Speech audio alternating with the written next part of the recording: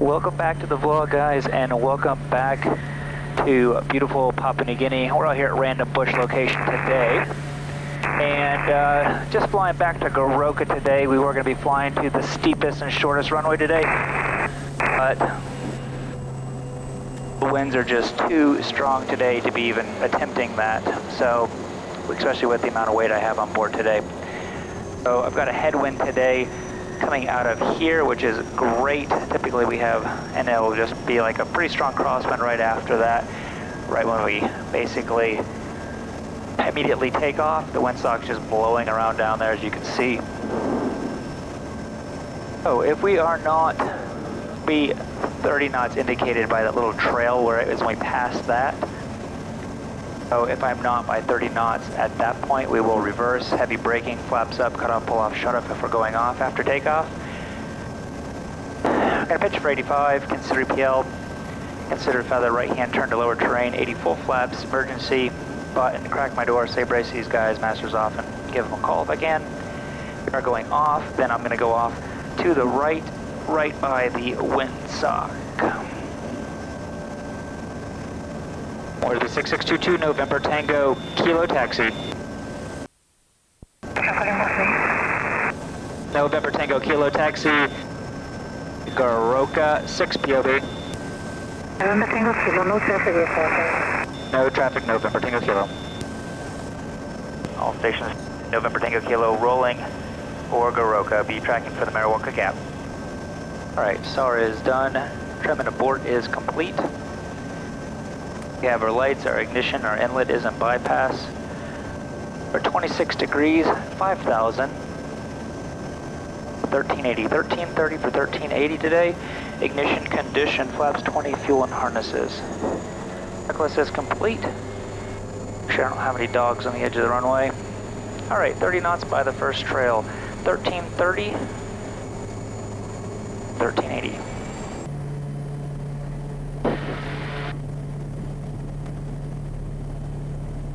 Airspeed's alive, there's 35. Continuing, increasing good. There's 55, there's 60, and kind of bounce off. There's the crosswind. Go ahead and just point into the crosswind a little bit. So it's more of a headwind. Get my airspeed to about 85 knots for our initial climb out. We're going to be making a left-hand turn here out to the Mariwaka Gap here very shortly. I've got 10 knots of wind now, kind of off my head, so I don't really want to just immediately turn down the valley with 10 knots because I know that the wind's coming from the other direction down there and it's just going to whip me around. So what I'm going to do is just kind of stay off to this side where it's super big open. Now it's 14 knots. And where I've got lots of space to maneuver and try to do most of my climbing. Oh, actually, I think I'm just going to go this way.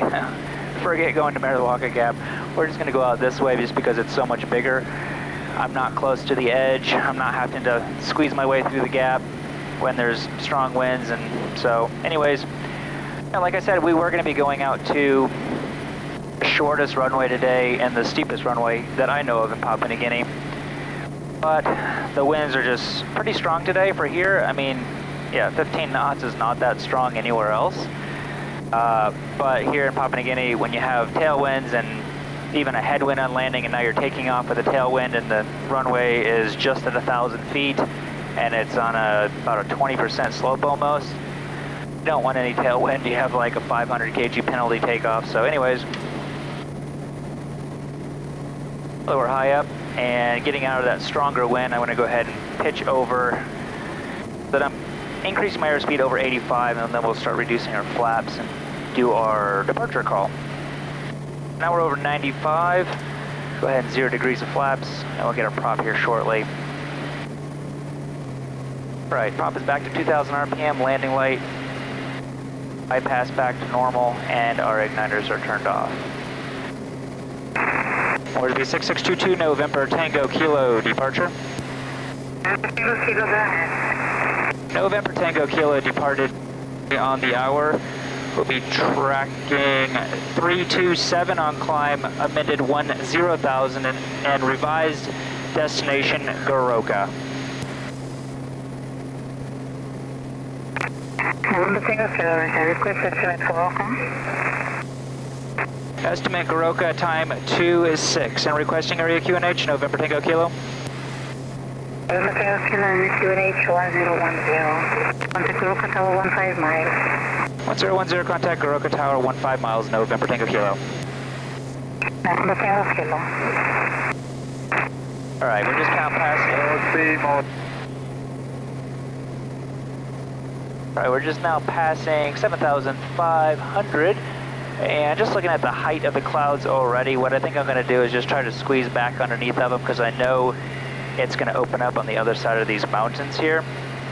But for the time being, I don't really want to climb up to 13,000 just to get over the clouds because they're probably at least 12,000.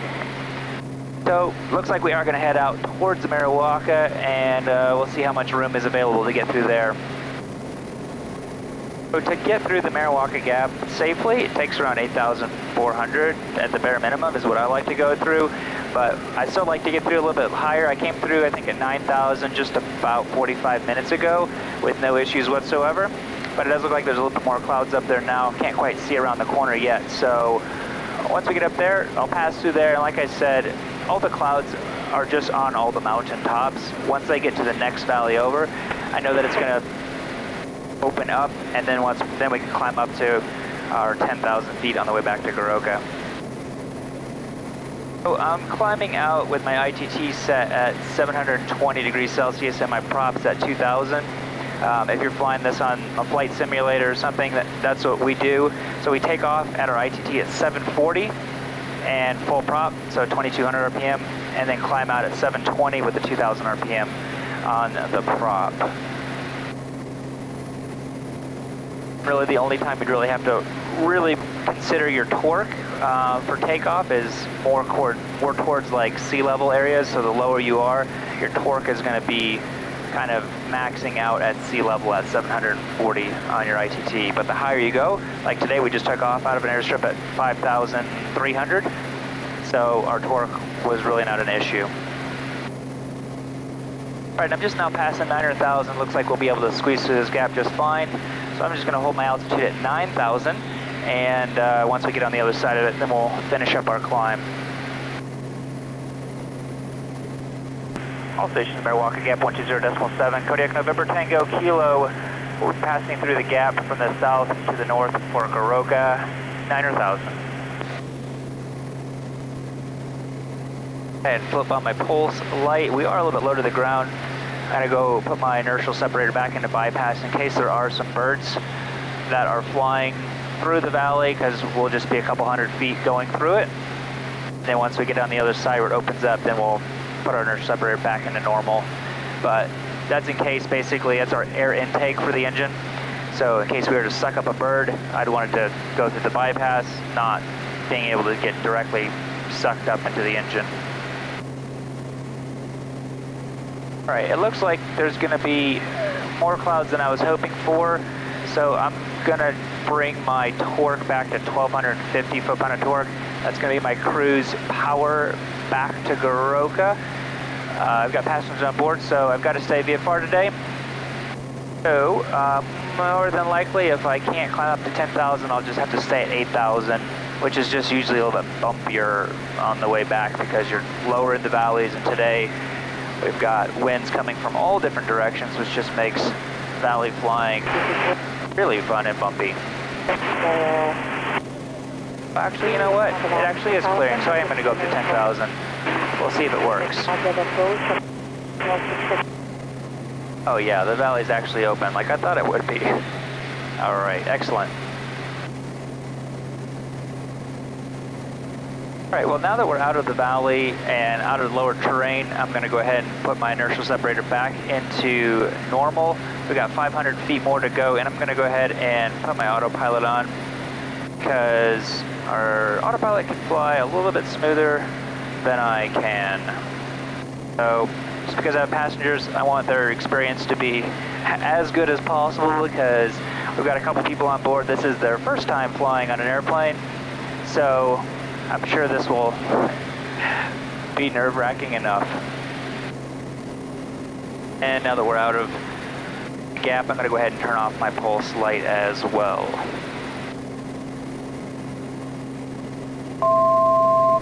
Alright, that buzzer you just heard is just letting me know that I'm 200 feet before my altitude that I put into my altitude select. So 10,000, so we've got 100 feet yet to go now.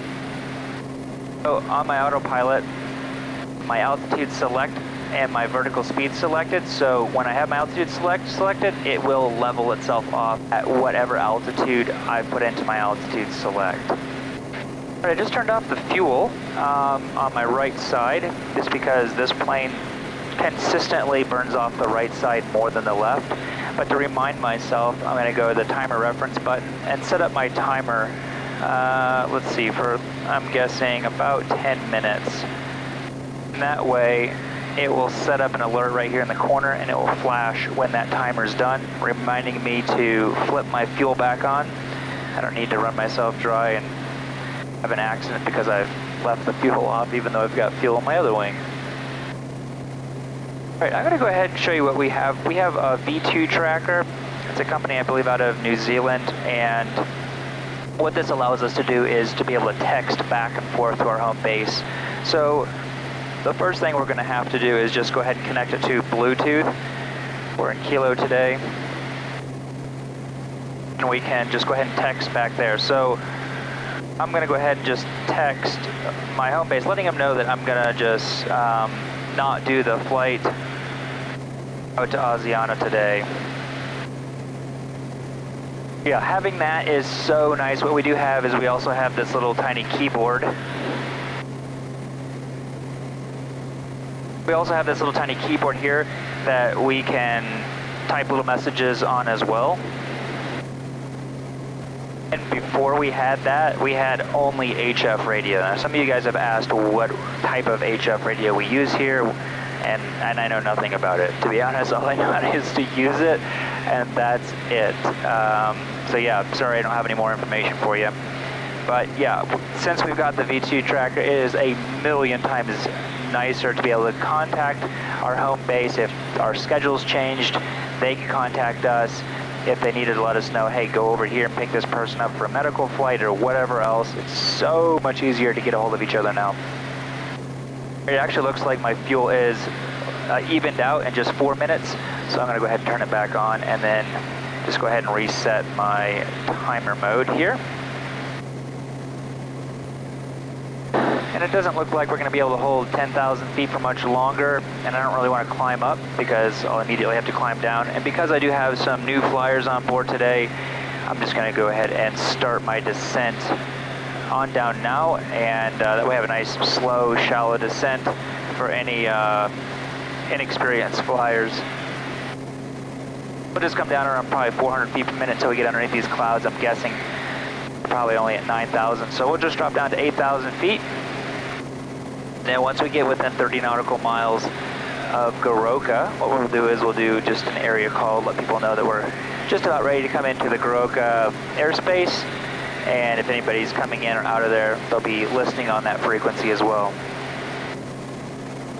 So this flight here is just a 25-minute flight back to Goroka, and if you guys are flight simulator guys who like flying around PNG on your home sim, either X-Plane or like Microsoft Flight Simulator, I do post some of these flights on my Patreon page, so if you are interested in flying some of the exact same routes, I put that on my Patreon page. I'll leave a link down below, and I put in, you know, the distance where I'm going. I make it as easy as I can for you guys, and on X-Plane we even do have some of the airstrips available for you guys to actually land on, so I think it's pretty cool. If you're interested in doing that, check that out.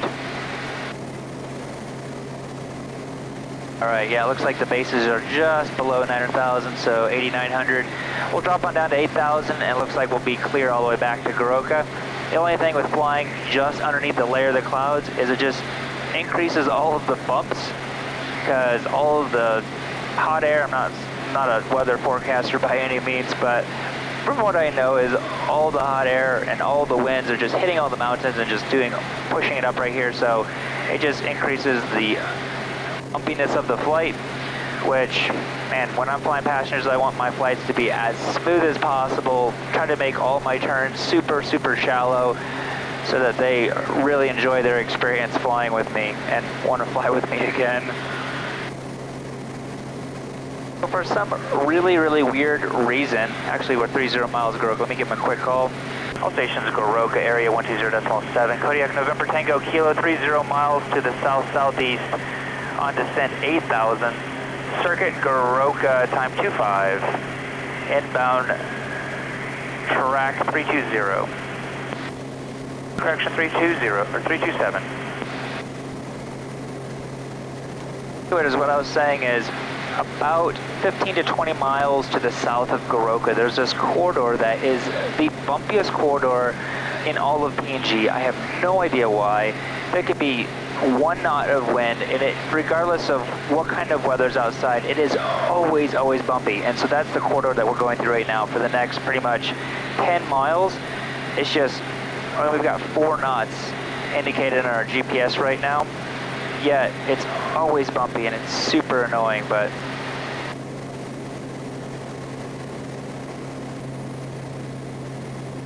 now 20 nautical miles out, I'm going to go ahead and set up my descent angle in the GPS. So we want, basically what I could do is just set up 500 feet before, or you could even just set it up as the actual runway, because we're going to be more or less coming straight in today.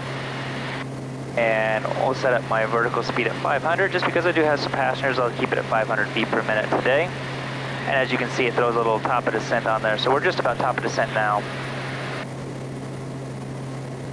We're just now almost approaching 15 miles, that's when our vertical track. There's Betty letting us know it's time to go down, so we'll do a vertical speed on autopilot, 500 feet per minute down. Then we'll also turn our altitude select bug down to 5,100, and that way it's going to throw a little cyan arch on the screen, letting us know when we're actually going to arrive at that specific altitude that we've got to set up. Goroka Tower, November Tango Kilo. November Tango Kilo, Goroka Tower. November Tango Kilo, 15 miles to the south, left 8,000 on descent. Your circuit time, 26. Tango Kilo, Roger, QNH 1018. Runway 35 right. Connect initially for right base, report on base. We're starting up now. Death 8, no Alpha Tango for NADJAB. Track report right base for 35 right 1018 and copy departing traffic shortly. November Tango Kilo. Alright, we're 12 miles out now, so let's go through our checklist. Our selectors are both on now, and we'll check our brakes. Our TAWs we can actually turn on. Had it turned off just because we were low to the ground. Our VREF, we'll switch over to our aux page, and it says our landing weight's going to be 6,500. Correction, yeah, 6,460. So 6,400 by the time we land. So we're looking at 70 knots for our VREF. Flip our landing light and our pulse light on. Here shortly below 140 knots, we'll put our inertial separator into bypass. If we do need to go around for any reason, it's power up 20 degrees, flaps pitch for 73, straight ahead or maneuver is required. And reset power to 740 on the ITT. Prop and harness, we're 9 miles out at 6 miles. I'm going to go ahead and reduce my power, put my prop forward. Like I said, when I do have passengers, I want to make my all my transitions nice and smooth and easy for them, so that they don't even really notice that we're making transitions. So if I was by myself, I usually wait till about 3 miles and just keep my speed up and then chop everything as quickly as I can. We're ready, and go ahead with clearance, November. Thank you. Alright, 6.4 nautical miles out. Just going to slowly push my prop forward. As we're getting jobbled around with all this wind, even though I've only got 7 knots in the tail. And reduce my power. Go ahead and reduce it all the way down to 400 foot-pound of torque. It's just going to slow me down. We've got an airplane taking off right now, so I don't want to keep my speed up too much until we've got some space in between us. So below 140, we'll do our inertial separator and a bypass. Below 138 knots, we'll do our first 2 degrees of flaps. We're at 6,300. I want to be turning basically base at 5,800 and my final at 5,600 here into Goroka. Okay, so flying through some smoke right now, and I don't really see him taking off yet. He should be probably airborne by now. Oh, there he is. He's almost the same level as me, and he's just at the end of the runway, so. And November Tango Kilo has departing traffic in sight. Tango Kilo, roger, and your distance now? 3.3, and entering base here shortly, November Tango Kilo. Tango Kilo, 35 right, clear to land. Land 35 right, November Tango Kilo, now turning base. Alpha Tango, when ready, left end. Alright, so I'm already a couple feet, 100 feet high, so I'm going to go ahead and reduce my torque all the way down to 300. Alpha Tango, when ready, make a left end. Left turn when ready, November Tango. And we're going to shoot for, because we have a 7-knot tail line, we'll just bump our airspeed up by 5 knots just in case it does drop off. So we'll be coming in at 75 knots instead of 70. It's a long runway, so there's no point in coming in as slow as possible. There's 5,800 now, turning final at 5,600 feet. We have been cleared to land. Prop and harness are done. Lights and inlet are done. Full flaps checklist complete. 500. It is 5,600, now turning final.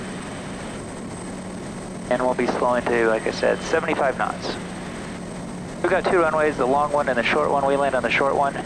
And right at the 500-foot marker, there's a massive dip. And it probably drops down probably about 3 feet over the next 500 feet. So our most difficult landings ever, all the pilots say, is Goroka. I think I've had my worst landing here at Goroka. Someone was filming with their cell phone. I hit so hard they dropped it on the floor. It was rather embarrassing. Alright, 4 knots on the tail. A little bit faster than I said I'd be. Alright, checklist is complete. We're continuing. There's 75. And November Alpha Tango departed 26, tracking 105, climbing 13,000, no debit 50. Alpha Tango 15 East, contact Moresby. 123 days Monada. There we go, that was actually nice and smooth. Anyways guys, we're back at Goroka. Thank you for taking the time to watch this video. If you did like it, please give me a thumbs up. It definitely does help my channel grow. And consider subscribing if this is the kind of content you enjoy watching. I put videos out every single Saturday and even on some Wednesdays. So if this is something you guys like, be sure to subscribe. Leave a comment down below what you thought of this flight and what you think it might be like flying here in PNG.